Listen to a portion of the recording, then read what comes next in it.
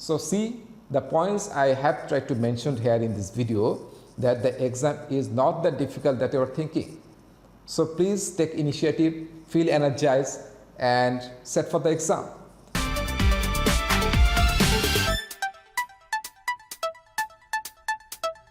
Hello everyone, this is Reza here. We all know that preparation for any exam is good, but overdoing anything is not good. That thing actually happening in PMP exam preparation. There is a term, paralysis analysis. So the more you analyze, the more you feel paralyzed.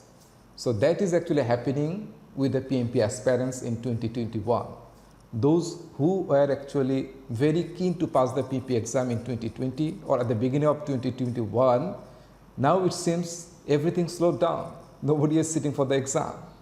But you have already spent a lot of money, your time, and also covered a lot of material. So already you have covered a lot of ground. So why you are not taking the exam? So people are thinking that the exam content outline in 2021 is difficult, and this is very detailed.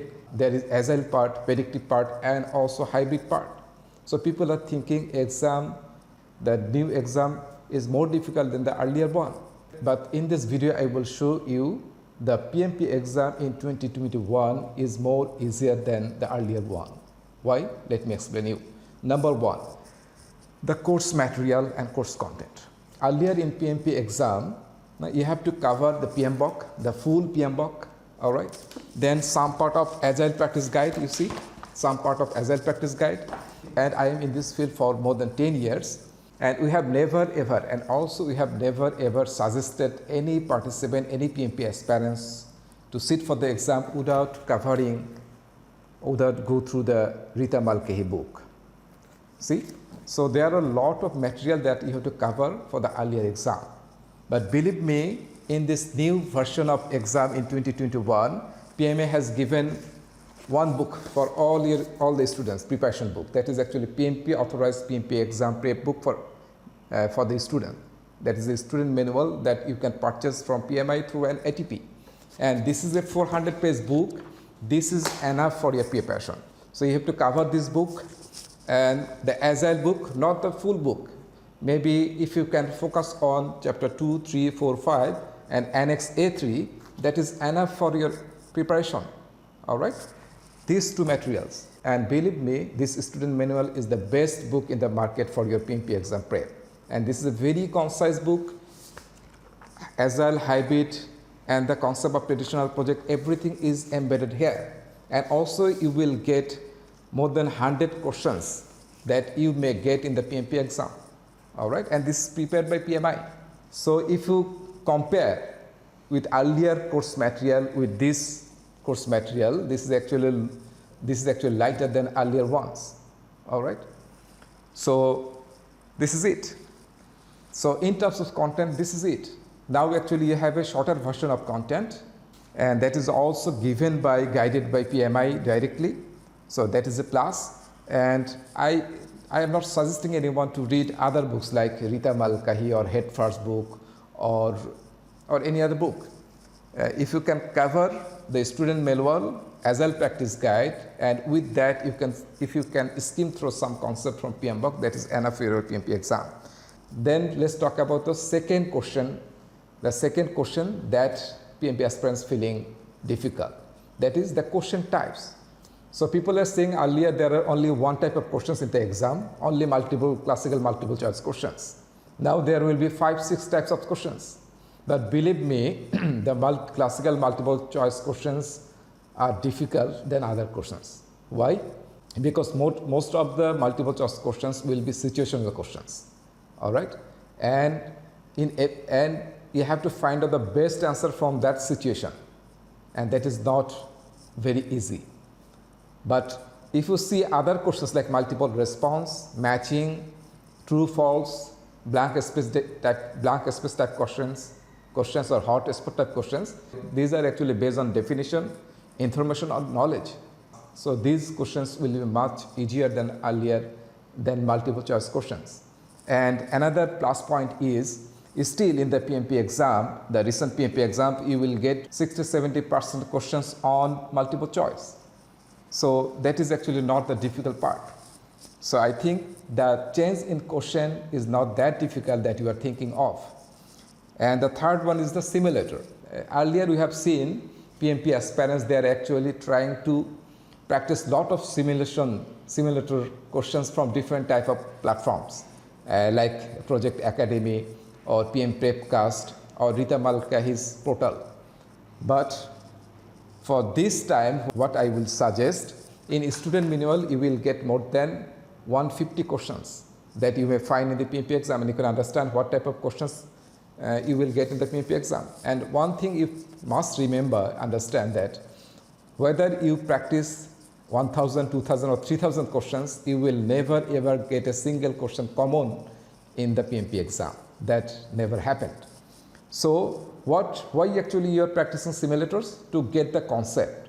Because we are using simulator, because that will help us to verify our concept, whether our concept is okay or not. If your concept is okay and you have enough experience in project management, I believe there will be no difficulty to pass the exam at your first try. And another last concern that I am hearing from the PMP aspirants, that the exam timing.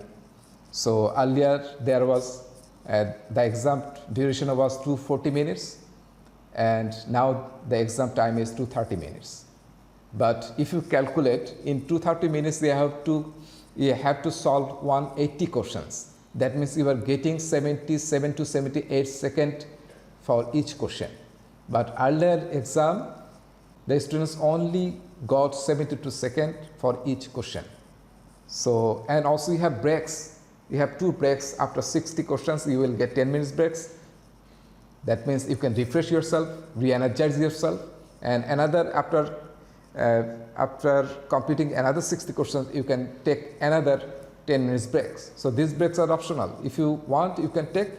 If you don't want, you will not take. And also these 10 minutes will not be considered in your exam time. But earlier in 240 minutes time, if you take any break, that will be considered as the exam duration time. So see the points I have tried to mention here in this video, that the exam is not that difficult that you are thinking. So please take initiative, feel energized and set for the exam. So my final thoughts for the PMP aspirants is, please set a time box. All right. If you don't set a time box, you cannot actually sit for the exam. And what I believe, to clear the content for this new exam content outline or PMP exam, you will need 4 to 6 weeks time box, maximum 6 weeks time box. So set your plan in this 6 weeks time box and follow some schedules, follow some routine. All right.